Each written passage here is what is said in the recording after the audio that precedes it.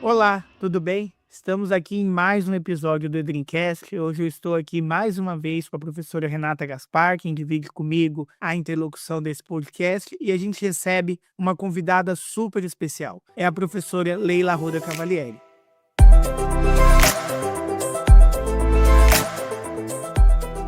A professora Leila ela é autora do livro Direito Internacional e a Criança, Adoção Transnacional e Nacionalidade do Adotando, da editora Raiz. Ela também é doutora e mestre em Direito pela Universidade Gama Filho, é professora de Direito Internacional Privado, de Introdução ao Direito e de Direitos da Criança e do Adolescente. É membro do grupo de pesquisa da Conferência da Haia, da PUC do Rio de Janeiro, membro da Associação Americana de Direito Internacional Privado, a ASADIP, e do NEPED, da UERJ. E hoje a gente recebe a professora Leila para discutir um assunto muito sensível: adoções. E para isso eu gostaria de situar um pouco a dinâmica e a dimensão do fenômeno adoção, principalmente quando a gente vai discutir ao longo desse nosso episódio os efeitos da adoção no cenário internacional, com quem é sem dúvida a maior especialista do tema que nós temos. Eu trago dados do Sistema Nacional de Adoção e Acolhimento, atualizados até 13 de maio de 2025. Atualmente, o Brasil tem 5.252 crianças e adolescentes para adoção, sendo 1.402 que estão disponíveis para busca ativa. Ainda é importante a gente considerar que existem 5.933 processos de adoção em andamento. E desde o ano em que esses dados passaram a ser compilados, 2019, já atingimos a marca de 27.177 crianças adotadas. O que a dimensão desses números interessa? Quantas dessas famílias são famílias internacionais? Quantas dessas famílias se localizam num espaço plural que transcende as fronteiras de um único Estado-nação? Quais são os limites da nacionalidade? Quais são os limites do pertencimento quando a gente fala de adoção no cenário internacional?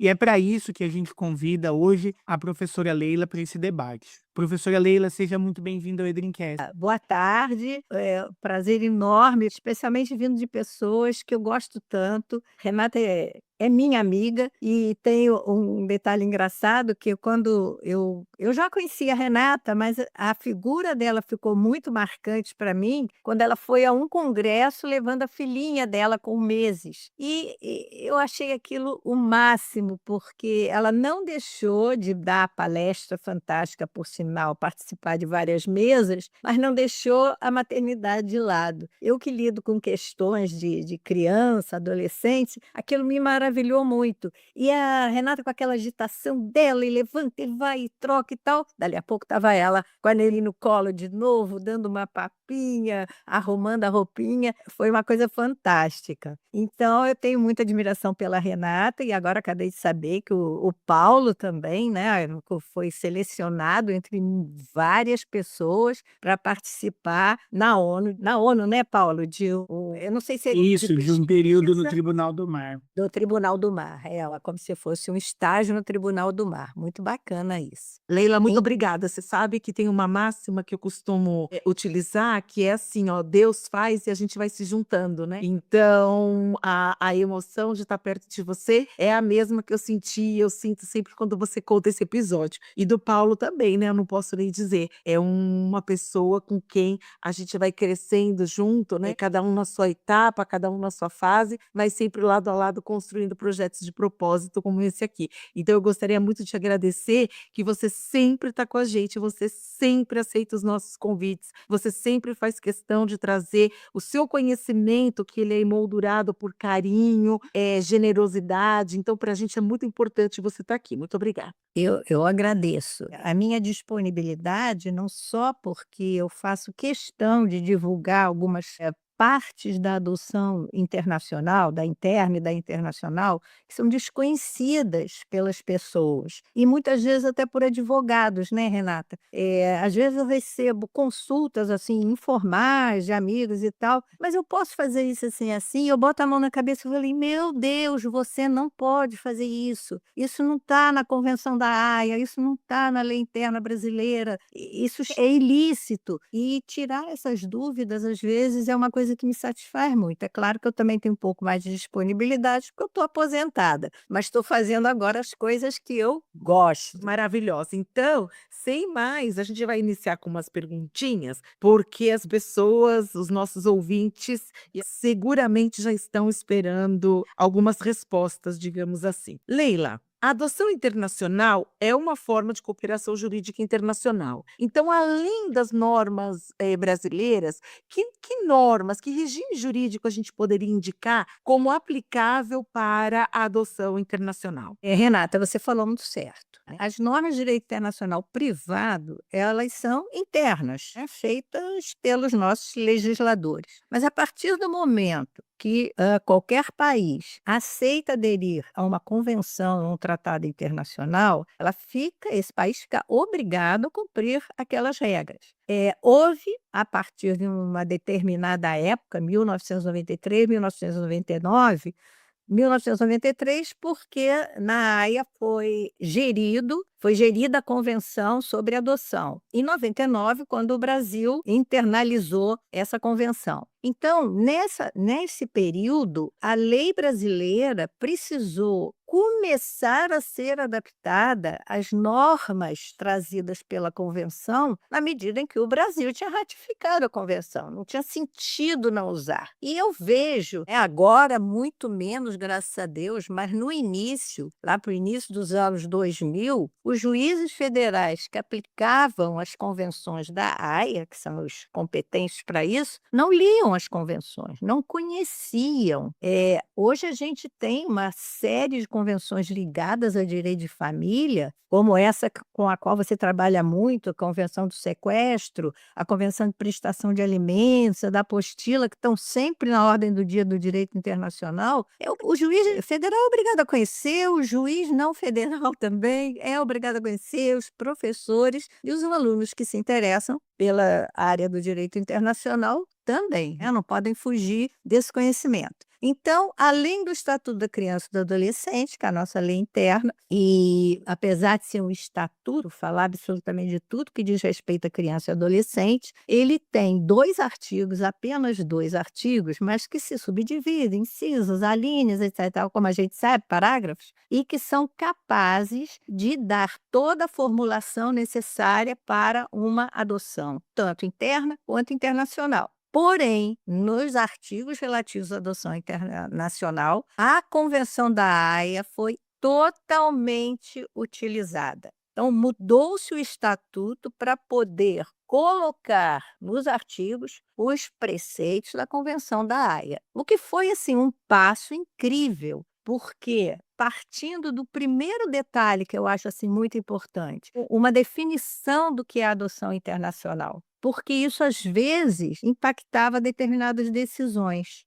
A gente vai encontrar na Constituição e até no próprio Estatuto, que não foi modificado ainda, né, algum artigo, que faz referência a uma adoção internacional como uma adoção por estrangeiros. E a gente sabe que o critério que é adotado atualmente no Brasil e que foi trazido da Convenção da Haia é o da residência habitual das partes. Então, se a criança reside habitualmente no Brasil e os adotantes pretensos residem habitualmente em outro país e vão se encontrar para formalizar a adoção, isso é uma adoção internacional. E por que isso é importante? Porque algumas regras são diferentes. Algumas regras precisam ser adaptadas a cada uma dessas diferentes adoções. A adoção interna, a gente segue os parâmetros aqui, a gente tem bastante conhecimento, estão divulgando muito a questão da adoção interna, como o Paulo até falou, a questão da busca ativa, adoções tardias, adoções de irmãos.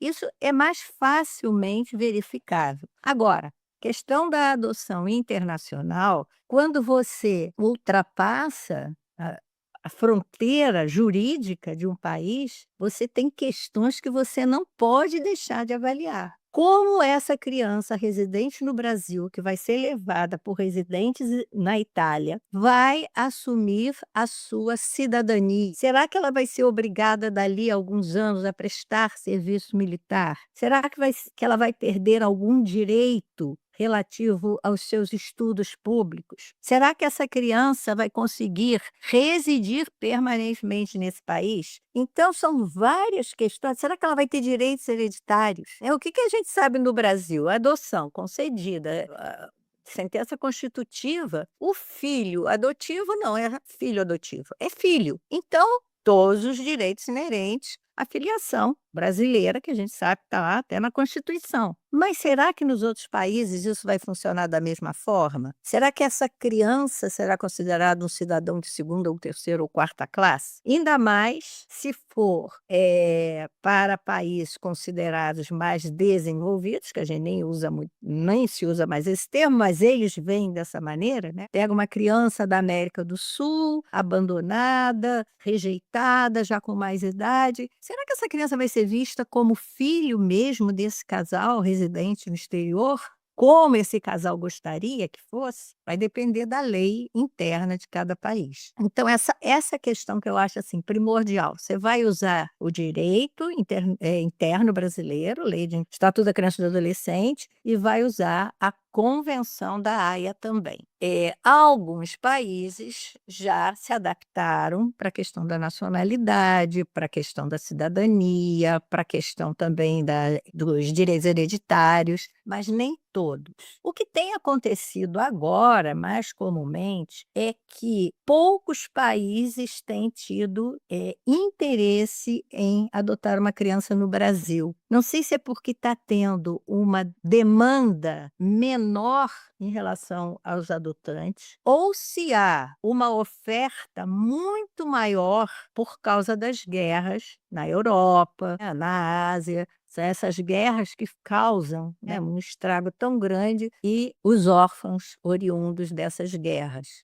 Aqui no Brasil, até uma vez eu acho que eu falei isso com você, Renata, as crianças da Venezuela entraram por Pacaraima e foram recebidas na Operação Acolhida. A quantidade de criança sozinha, desacompanhada, era muito grande. E quando eu digo criança, você pensa assim, como é que uma criança pequenininha vem sozinha da Venezuela, entra em outro país e chega aqui sem nada? Mas essas crianças que eu estou falando eram crianças muito pequenas, 3, 4 anos, às vezes até não recém-nascidas, mas com menos de 1 ano. Elas vinham com os irmãos, às vezes de 14 anos, de 12 anos, e essas crianças chegavam aqui sem pai, sem mãe, assim como os irmãos também. Então, era uma quantidade bastante expressiva, e o que fazer com essas crianças?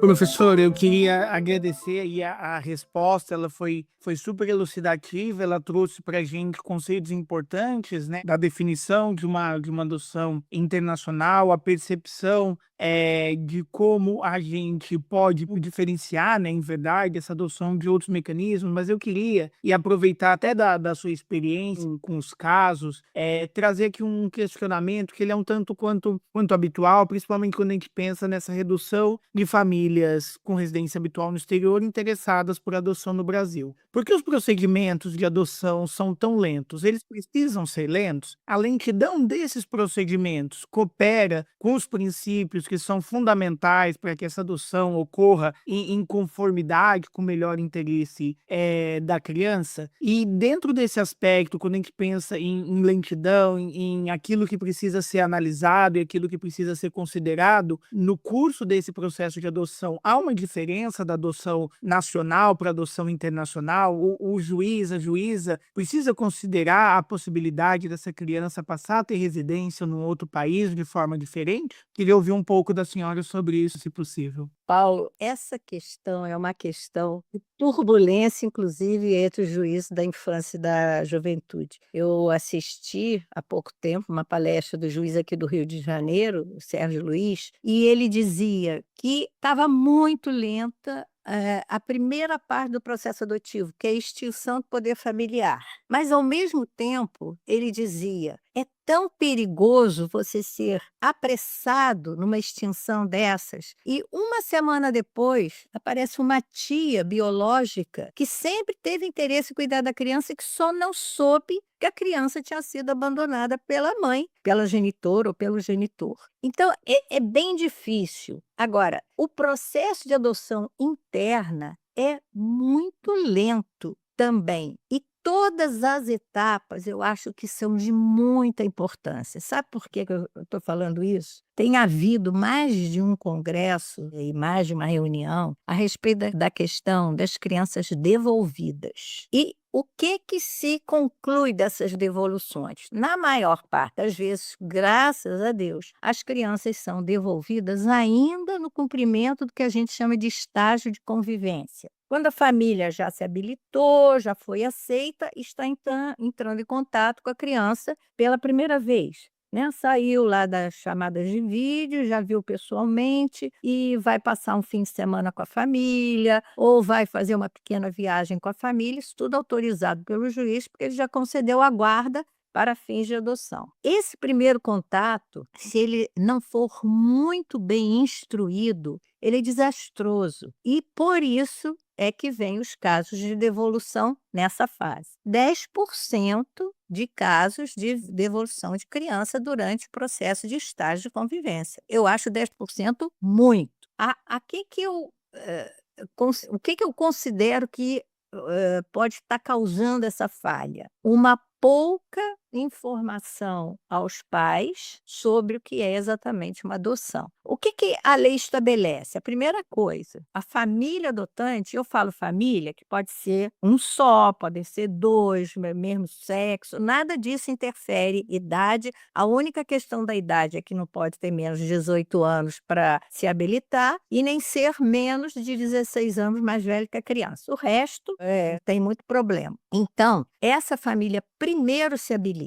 Depois de toda a documentação vista, eles são obrigados a assistir cursos e palestras que às vezes duram 6 meses, 7 meses, até que eles são considerados preparados para começar a conhecer as crianças. Isso funciona em todas as comarcas? Não tem nem funcionário preparado para isso. Que você vai precisar de uma equipe de psicóloga, assistente social, médico pediatra, alguém do judiciário, um advogado, para poder explicar a essas famílias o que é ser pai de uma criança pela adoção. Então, se isso não for muito bem feito, muito bem cuidado, com bom senso, as chances de não dar certo logo de início são grandes. Essa família que devolve a criança vai lá para o final da fila, né? Que agora é Sistema Nacional de Adoção e Acolhimento, juntou o cadastro com todas as outras possibilidades de acolhimento e hoje em dia funciona esse sistema. Então, tem uma fila, obviamente, para isso. Então, o que acontece hoje em dia aqui no Brasil? Quando há uma falha, porque as famílias estão reclamando da demora, isso pode apressar um processo de forma incorreta. Deixa ficar, vou levar, deixa viajar com a gente. Senhor juiz, por favor, concede logo essa guarda total e não sei o quê. Há muita insistência. E isso é um risco, porque não pode ser assim. Eu acho que as coisas têm que ser realmente muito pensadas, tem que ser devagar mesmo. Se a pessoa, né, na primeira etapa, que é a apresentação da documentação, para se habilitar, já começa a reclamar, e tem que apresentar esses documentos todos. Eu já presenciei isso. A mulher querendo muito a criança, o homem mais ou menos, quer dizer, o pai, futuro pai. A mulher dizendo que tinha acabado de perder um bebê e queria substituir e tal. Gente, nada disso vai dar certo. Mas quem pode avaliar? Uma equipe interdisciplinar composta de pessoas não só do judiciário, mas de outras ciências também, para poder ver qual é o real intuito daquela pessoa. É fácil você criar uma criança? Não é, é dificílimo. É mais difícil criar uma criança por meio da adoção. Esse filho, por meio da adoção, é muito mais trabalhoso. Você não sabe quantas rejeições essa criança já sofreu, quantos castigos, que nem sempre eles conseguem nem verbalizar. Tem criança em abrigo que chegou lá com meses de idade, que já está adolescente e nunca foi escolhido. Não entrou nunca em cadastro nenhum para ser apresentado à família. Olha, cada vez, né, que se sabe de um processo adotivo, essa criança sente uma rejeição. Os motivos são os mais distintos possíveis, mas, como você tinha dito no começo, né, tem 30 e tantas mil famílias querendo adotar, 5.000 crianças adotáveis, porque abrigados também tem 30.000, mas desses 30.000, só uma parte está apta a ser adotada, porque os outros têm ainda pais, mães e tal, só ficam lá por uma questão de miséria mesmo, de necessidade familiar. Então, você faz o cálculo, dá o quê? Umas 6 famílias e mais um pouco por criança. Por que ainda tem as 5.000 lá? Exatamente por causa desses empecilhos que são humanos. Eu não critico nunca uma pessoa que faz um perfil de filho estabelecendo que quer um recém-nascido branco, quer uma menina, quer uma criança sem nenhum defeito físico, quer uma criança filha única. Eu não critico, isso é o que a pessoa quer. Vai demorar muito mais? Claro, essa criança não existe em abrigo nenhum. Você pode procurar. O que você vai encontrar no abrigo? Né? A CNJ tem as estatísticas, criança com mais de 3 anos, com irmãos pretos ou pardos, que já estão no abrigo há muito tempo, que já sofreram sequelas, que já sofreram maltratos físicos e psíquicos. E essa criança não é a primeira escolha. Campanhas de adoção, eu sou contra. Eu acho que de esclarecimento, tudo bem. Mas no afã, né, aquela coisa de comoção, até meio, não me entendam mal, mas eu não vou fazer, não é parâmetro, mas é uma comparação relativa até à adoção de pets. Quantas pessoas adotaram pets durante a pandemia e devolveram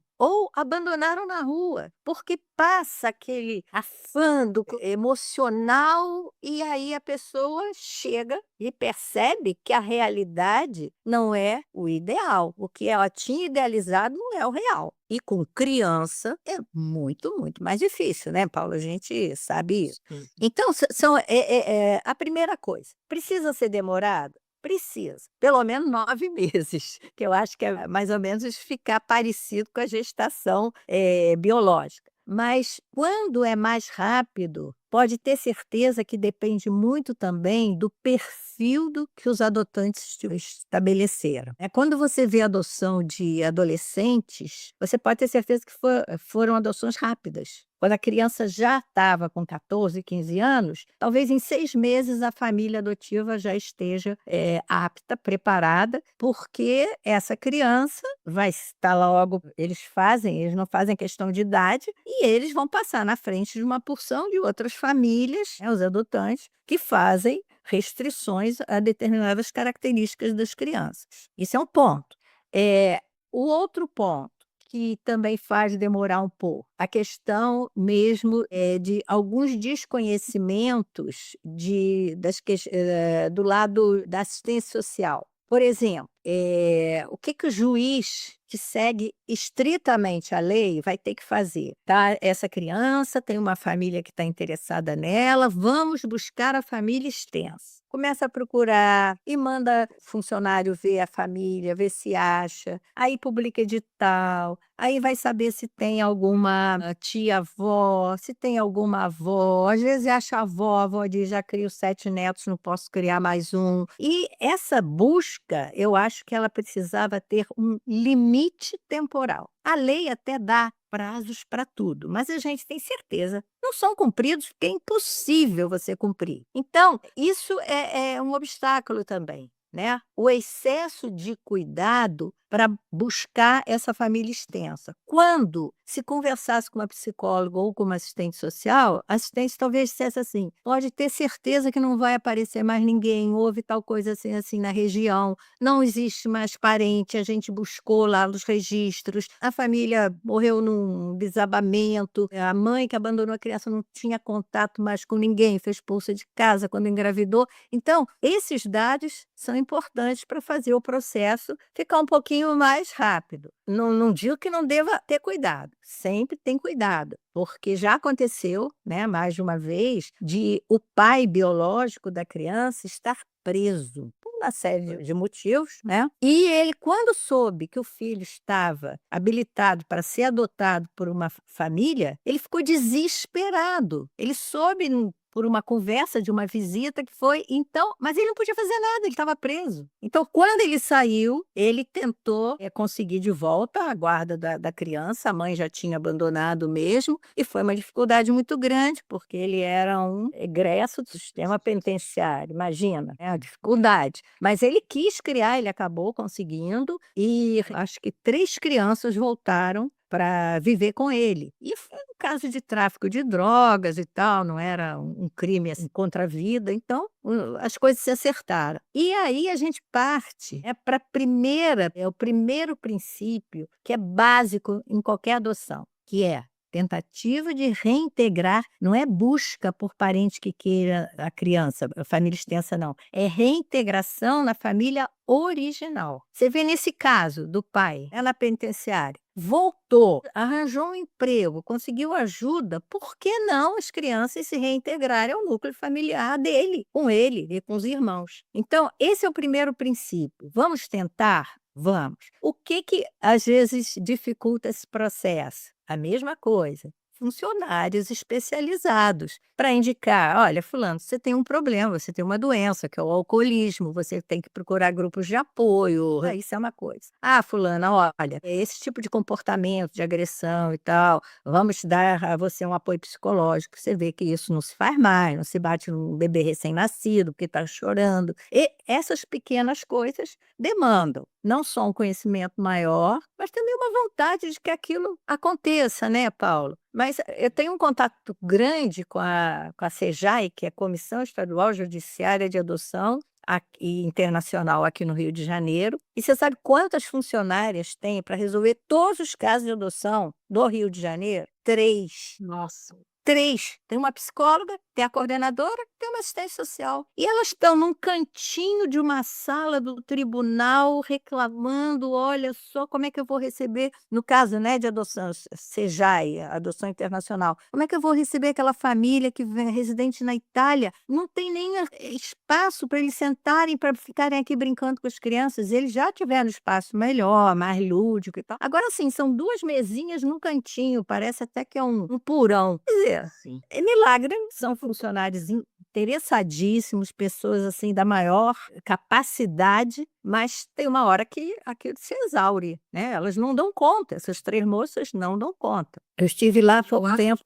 Fala, Renata. Não, é que eu acho que tem uma outra questão aí, desculpa te interromper, achei que você tivesse terminado. Uma outra questão que ela é também, alguma vez eu tive oportunidade de estar próximo de casos assim, que é o tráfico internacional de pessoas, né? Porque a gente sabe que fora do Brasil, e às vezes aqui com ligações aqui dentro do Brasil, tem organizações inteiras que pretendem, às vezes, adotar crianças, mas a gente sabe que não é adotar criança para educar a criança, né? A gente sabe que a finalidade, ela é criminosa, às vezes até uma vez eu trabalhei num caso e tinha uma organização que passava sobre processos de adoção, entre aspas, né? Mas levavam essas crianças para fora do Brasil para fazer transplante de órgãos. Então também a burocracia, ela é importante para garantir, além de tudo isso que você falou, essa outra questão no caso das adoções internacionais, né? E aí, a este propósito, falando de adoção internacional e comentando dessa salinha que você falou, que tem essas 3 pessoas que trabalham para receber interessados estrangeiros, quais os requisitos, Leila, que um adotante que é residente domiciliado fora do Brasil precisa ter para adotar uma criança residente domiciliada aqui no Brasil? Então vamos lá para o processo, né? Como é que isso se constitui? Inicialmente, eles podem fazer através da autoridade central, que foi uma figura também criada pela Convenção da Haia, das convenções da Haia, que é a criação de uma autoridade central. Então, as adoções internacionais ocorrem com o Brasil como a residência habitual da criança e países que também ratificaram a convenção como países dos adotantes, da residência dos adotantes. Então, são 100 e poucos países que ratificaram a convenção. Quais são os países que mais procuram o Brasil para adoção? Em primeiro lugar, a Itália, depois Estados Unidos, França e Espanha. São esses 4. O que havia há anos atrás? Agências que intermediavam essas adoções. Hoje, se os adotantes residentes fora do Brasil quiserem, eles vão direto à sua autoridade central, no setor específico de cada país, e queremos nos habilitar a adotar uma criança no Brasil. E daí começa o processo de verificação de requisitos. Cada país estabelece os seus para, obviamente, não haver nenhum conflito. Por exemplo, a idade para adotar a partir dos 18 anos, como é no Brasil, não é comum na Europa. Na Itália só era permitida a adoção interna ou internacional a partir dos 40 anos do casal. Os dois tinham que ter mais de 40 anos. Isso já foi modificado, mas tem países que ainda exigem mais do que 18 anos. Então, a gente uniformiza, né, todas as exigências para não dar problema nenhum. Então, 2 formas. Ou eles recorrem à autoridade central deles, que entra em contato com a nossa autoridade central federal, a CAF, e a CAF manda todo esse pedido e todas as informações para a autoridade estadual, que é a Comissão Estadual Judiciária de Adoção, aqui em cada estado, seja ou sejai. A gente tem 2 autoridades centrais, 2 não, tem uma autoridade central federal e várias autoridades estaduais, mas nesses 2 níveis, federal e estadual. Ou a pessoa pode também recorrer, caso o país assim aceite, a essas agências especializadas. Nós já tivemos 20 e poucas agências, atualmente eu acho que são 11, que de 2 em 2 anos elas são recadastradas e se houver qualquer irregularidade, elas são extintas. Nisso, o Brasil é extremamente cuidadoso. Dessas 11, parece que 7 são italianas e as outras entre esses outros países, que são mais 3 países, são assim distribuídas.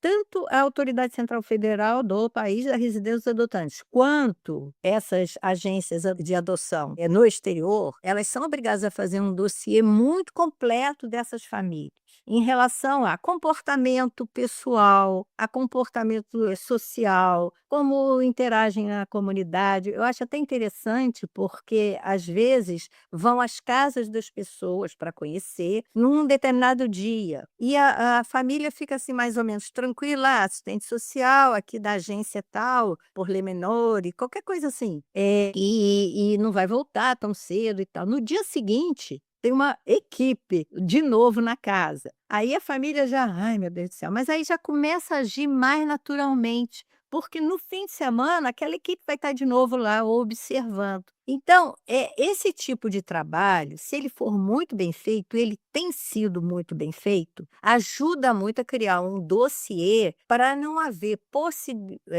possibilidade de, no futuro, se descobrir que é uma pessoa nessa situação que você falou. O interesse é traficar a criança, o interesse é mais escuso do que está demonstrado aqui, e não tem, que eu saiba, de pelo menos 20 anos para cá, não houve nenhum problema em relação a essas agências. Porque é oficial, não é uma coisa assim, vamos ver se tem um advogado que ajuda a gente a conseguir uma criança. Quando eu começo a falar de adoção internacional, mesmo adoção interna, de vez em quando eu recebo, assim, pelos meios digitais. Doutora, será que eu conseguiria uma criança assim? Eu já sei logo o que é, entende, Renata? Que é uma facilidade. E não existe essa facilidade, nem eu vou nunca me envolver numa questão dessa. Então, esse é o primeiro passo. A partir do momento que esse dossiê chega ao Brasil, essa família começa a ser contatada pela Comissão Estadual Judiciária de Adoção. Inicialmente, hoje tem essa grande facilidade, você fazer tudo por chamada de vídeo, antes era o Skype que funcionava muito bem e tal. E são apresentadas crianças para essa família. E só depois desse primeiro contato totalmente digitalizado é que a família recebe uma autorização para vir conhecer pessoalmente as crianças. Claro, se estão todos residentes no Brasil, isso é um problema zero, né? Tanto é uma coisa que a gente sugere, pessoas que ficam buscando outras comarcas, recebi um pedido, né, de uma moça e tal, ela e o marido querendo adotar, queriam orientações. Ah, professora, será que não era melhor eu me habilitar lá em Santa Catarina? Eu falei, como que você vai fazer o estágio de convivência? Que você vai precisar levar essa criança para passar uma semana com você. Você morando no Rio, a criança estando lá em Santa Catarina. São coisas que, assim, parecem, né, que são escolhas boas, mas não são. Mas isso por quê que ela queria ir para Santa Catarina? A família era muito clara, era mesmo, tanto a moça quanto o rapaz tinham olhos claros e tal, louros, e não queriam uma criança parda nem preta. Então, é um direito que eles têm. Eles ouviram dizer que em Santa Catarina, a maior parte das crianças que estão nos abrigos tem esse aspecto físico. Esse é o primeiro passo. Não vou falar mais da adoção interna, que está tudo lá no estatuto, né? E a gente tem que ligar aqui para a questão do direito internacional. A partir do momento que começa esse contato, o Juizado da Infância e da Juventude já autoriza também essa guarda que é só para fins de adoção. Nenhuma família residente fora do Brasil pode, com essa guarda, pegar a criança. Ah, vou levar lá para o meu país para ela conhecer, depois eu trago de volta. Isso não existe. Então, todas as situações onde houve casos como esse que você falou, de tráfico de órgãos, isso tudo é extraoficial. Por quê? Porque para a criança sair do Brasil, através do sistema da adoção, a Polícia Federal só concede o passaporte depois que ele tiver a sentença constitutiva de adoção em mãos. Não tem como a Polícia Federal concedeu. Pode ser que tem um lá na Polícia Federal que faz isso. Os outros não vão permitir. Isso não vai acontecer. Então, para a criança chegar a sair do país, é porque todo esse processo foi muito, muito bem avaliado. Tem um caso que eu achei muito curioso, 2 rapazes italianos que já tinham adotado no Brasil 3 irmãos. Uma outra coisa rara, a maior parte das famílias quer uma criança filha única. Né? Talvez 2, 3 anos depois resolva adotar outra criança, mas não faz nem questão que sejam irmãos. Então, a adoção de irmãos, que é uma das coisas que o estatuto sugere como a prática correta, ela é mais difícil.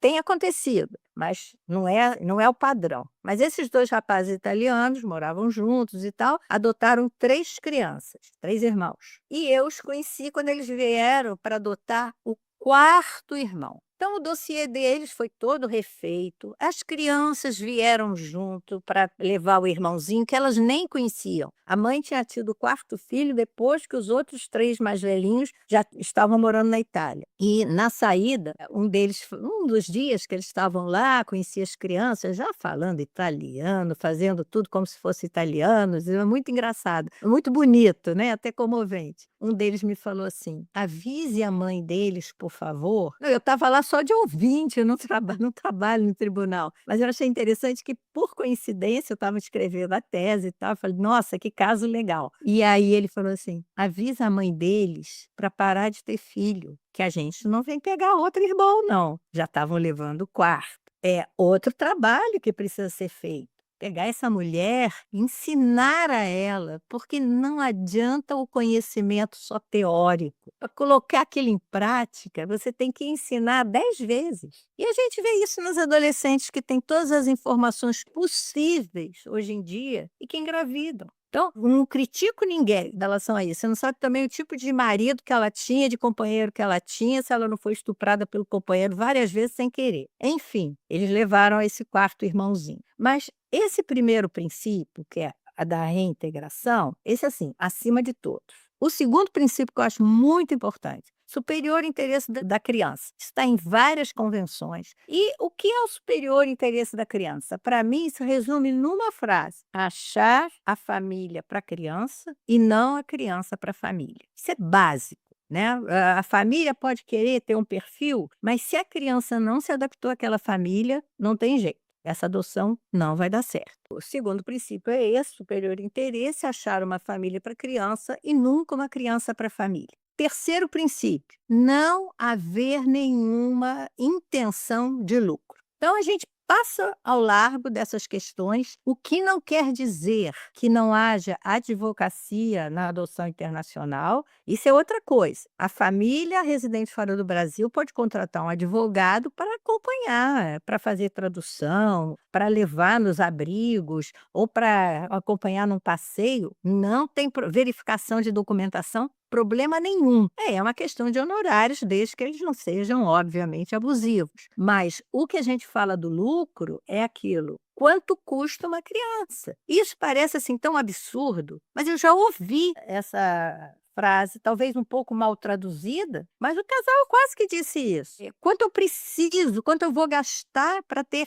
essa determinada criança? Eu falei: custos, você quer dizer hotel, lugares onde você vai levar a criança, alimentação? Eles falaram: não, para isso a gente tem. Aí eu já vi que o objetivo é coitados. Não que eles tivessem maus objetivos, mas eles estavam incorretamente orientados de que com dinheiro eles iam conseguir passar na frente de tudo e uma adoção mais célere.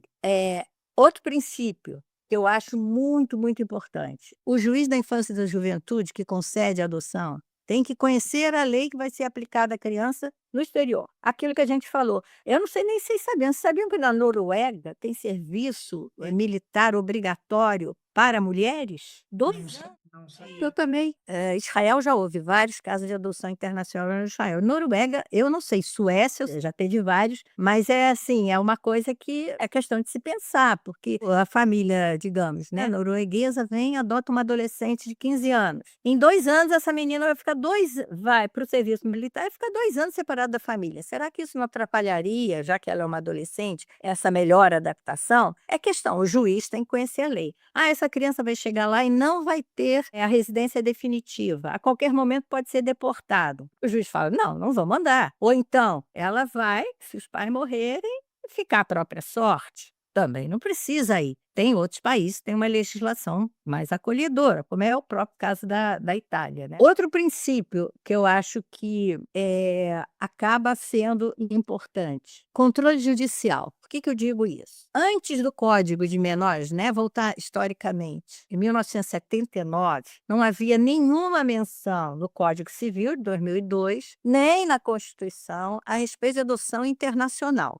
A primeira vez que se falou em adoção internacional, num único artigo, foi no Código de Menores de 1979. Então, você pensa assim: será que não houve nenhuma adoção por residentes fora do Brasil desde 1500 até 1979? Claro, mas como é que elas se davam? Quem era a autoridade competente? Um tabelião de um cartório. Era cartorária a adoção. Então, chegava a família residente na França e com uma criança que a mãe estava do lado, estava fazendo, né, acatando, aceitando dar em adoção seu filho. O tabelião fazia o quê? Lavrava uma escritura de adoção. Não tinha obrigação de perguntar quem aquela família era, para onde ia, o que ia fazer com a criança. Não tinha nenhuma obrigação de perguntar à mãe se ela não estava passando por uns períodos emocionais pós-parto, se ela poderia mudar de ideia, se ela tinha algum parente a quem ela pudesse recorrer. O tabelião não perguntava nada. Lavrava a escritura de adoção. Com aquela escritura, eles iam à Polícia Federal, viajavam, levavam a criança. Todas essas adoções foram ruins? Não, claro que não. Muitas devem ter sido extremamente exitosas, mas a gente não tem esse registro, a gente tem esses relatos. Mas registro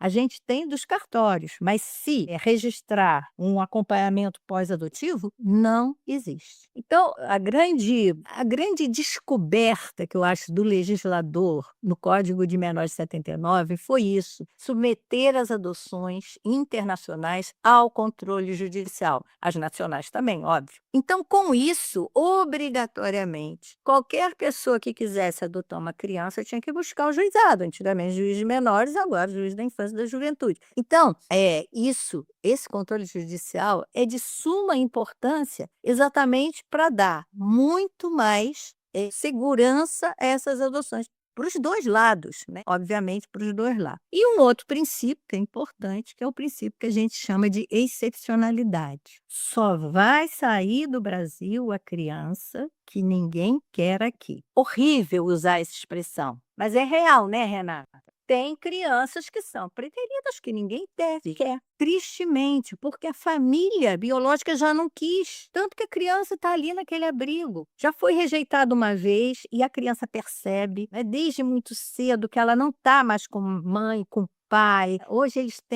apesar deles estarem nos abrigos, eles estudam em escolas públicas fora do abrigo. Então, eles têm contato com outras crianças. Eles saem todo dia com um inspetor, vão e tal. Então, eles têm contato com o mundo. Eles sabem muito bem o que é uma família, né? É o que eles querem. Então, essa questão da excepcionalidade é muito importante. Aí que entra a questão da adoção internacional. Por quê? Não se tem nenhuma informação científica do motivo pelo qual o residente fora do país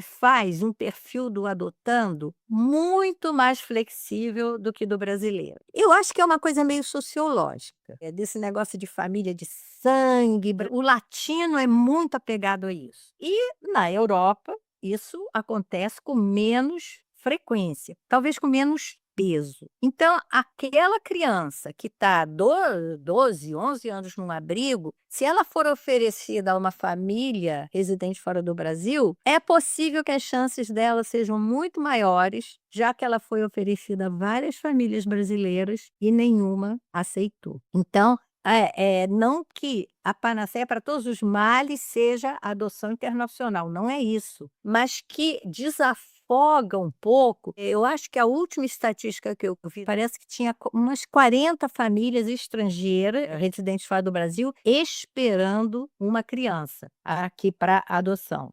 Perto das outras 30 mil brasileiras, a gente tem uma diferença muito grande, né, em processo adotivo. Enfim, essas autoridades todas que funcionam, né, na consecução de uma adoção internacional, a ACAF, a SEJAI, essas agências credenciadas, o Juizado da Infância, a Polícia Federal, a ACAF, através da Autoridade Central, elas são primordiais para o processo ser bastante transparente, que eu acho que isso que é o importante. Todas essas questões, como a gente tem umas que a gente até nem gosta de usar a expressão, mas é real, que são as antigas adoções à brasileira. Ficaram com esse nome até no exterior, né? A família chegava, dava criança e, vou criar o meu sobrinho, vou criar não sei o quê. Criava como filho, não tinha documento nenhum que provasse que fosse filho ou que era adotado. Acontecia muito. Como aconteceu muito em outras eras, que as crianças eram criadas para serem funcionários domésticos. A gente sabe, especialmente meninas. Então, a partir da necessidade do controle judicial, se é uma adoção juridicamente reconhecível, acho que isso é o ponto básico. O juiz tem que se meter nessa adoção, inclusive indeferindo ou deferindo, que às vezes, numa conversa com o juiz que já está atento, ele percebe que, apesar de todo o dossiê assim, favorável, houve uma mudança na dinâmica daquela família. Às vezes, na espera do processo, o casal se desentende. E o juiz percebe que a mulher ainda quer muito, mas o pai, pretenso pai, já não se interessou mais. Aí você pergunta, mas se isso acontecer com a criança morando no exterior? Vamos imaginar, a família adotiva na França sofre um acidente, pai e a mãe adotivos morrem, fica a criança. Ela vai ser submetida aos cuidados do Estado francês. Ela não vai voltar para o Brasil. E acredito que talvez alguns abrigos franceses, como o que eu conheci lá na Suécia, sejam bem melhores que os abrigos brasileiros. Em algumas situações. Primeiro, porque tem muito menos criança. Teve uma época que se dizia que 20 e poucos por cento dos casais escandinavos tinham problemas de fertilidade. E isso foi feito uma estatística. Eu só não acredito muito em estatística, e especialmente quando ela não é americana, que os americanos são bons em estatística. Não quer dizer que eles façam direito, mas eles fazem muita estatística. Mas essa estatística me pareceu confiável, porque eles tinham várias questões científicas, genéticas, hereditárias, explicando essa alta taxa de infertilidade. Então, esses países tinham pouquíssimas crianças nos abrigos, né? Pouquíssimas. Por quê? Um processo de controle de natalidade perfeito. O Estado com uma ajuda, bolsa. Aqui a gente tem a Bolsa Família, eles lá tinham Bolsa Creche, Bolsa Universidade, Bolsa Lazer, Bolsa Fim de Semana, tinha bolsa para tudo. Então não era muito difícil, mesmo que a família não tivesse condições financeiras muito altas, ela tinha muita ajuda estatal. Então, o caso de criança abandonada era bem mais raro e talvez por isso o interesse. Esses são os princípios que foram, antes de 1979, utilizados por alguns juízes brasileiros. Eles criaram, por bom senso, esses princípios e que, graças a Deus, eles foram todos absorvidos pela nossa legislação. Todos esses que eu falei, eles já estão inseridos na nossa legislação. Então, deixaram de ser simples princípios e se transformaram, né? Eu acho que nessa casa da adoção é melhor você ter positividade do que você ter só princípio, porque o princípio princípio superior interesse da criança. É textura tão aberta para em algumas questões. E uma coisa, Renata, talvez as pessoas precisem ter mais informações. Se você bota no perfil que você não quer uma criança com deficiência física, você não vai adotar, não vai ser oferecida a você uma criança que perdeu a ponta de um dedo numa brincadeira. Sim. Aquela criança que não tem uma orelha, a criança que tem uma pisa torto. Então, tudo isso tem que ser muito esclarecido para que o perfil fique mais abrangente e não fique preconceituoso para determinados detalhes, né? Eu não quero uma criança com deficiência física. Não, mas o que o menino tem é que ele estava brincando com o amigo bateu com uma pedra, a pontinha do dedo dele teve que ser amputada. E o resto é o resto.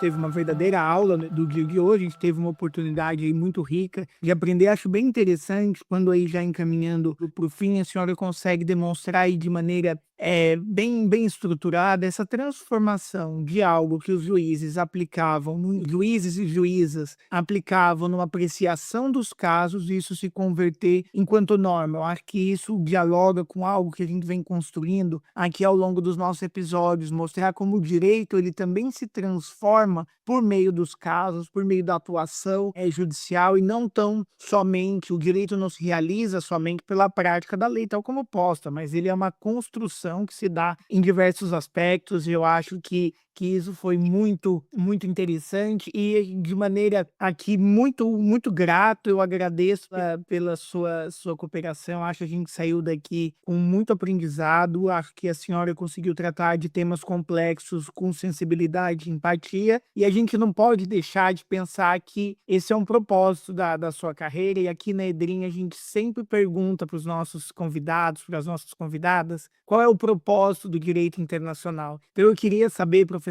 Leila, para você, de maneira enxuta, breve, qual que é o propósito do direito internacional? Paulo, pergunta difícil, mas as melhores coisas são as perguntas e não as respostas, né? E uma coisa que a gente vai começar a entender como grande propósito do direito internacional é essa cooperação necessária entre os países, por uma questão que está cada vez mais no dia a dia nosso, que eu não cheguei a falar aqui, a quantidade de crianças de países vizinhos que estão chegando ao território brasileiro, e a questão são adotáveis? Estão sendo chamadas de crianças andinas, porque a grande maioria é oriunda da América do Sul. E A Acnur, a autoridade da Acnur, tem uma sugestão. Antes de 2 anos da presença da criança naquele estado, não se deve conceder adoção, porque essas crianças podem estar sendo procuradas pela família há muito tempo.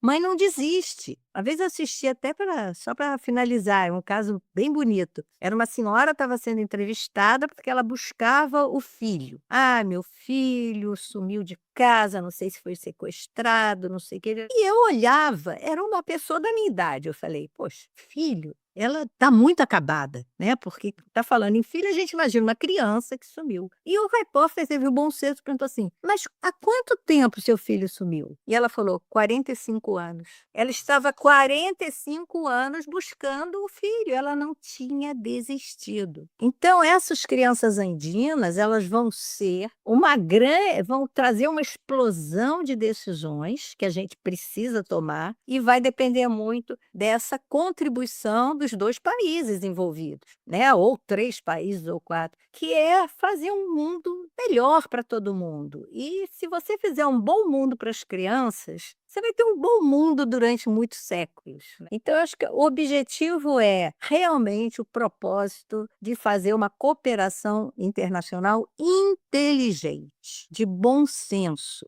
Que não seja uma coisa atabalhoada, porque está na lei, porque está na convenção. Estamos realmente contribuindo, porque tem assim uma expressão que eu acho muito bonita para quem trabalha com imigração, que nada por eles sem eles. Perguntar para essas crianças se elas querem ser adotadas, perguntar para essas famílias se elas querem realmente que as crianças, e não fazer a coisa porque eu acho que isso vai ser melhor para eles, entendeu? Então, eu acho que cooperação internacional tem muito a ver também com o propósito de colaboração e escuta. Você não, Exato, né, não exato. pode deixar. O que vocês querem, né? O que vocês pretendem, o que seria agradável para você. Então, eu acho que basicamente é isso, né, Paulo, Renata? Nossa, Leila, eu não tenho como agradecer essa verdadeira aula. Se a gente tivesse mais tempo, com certeza a gente teria muito mais perguntas. Eu acho que vai ficar aqui a dica para a gente fazer um volume 2, sabe? Um episódio 2, para quem sabe a gente falar dessas crianças andinas,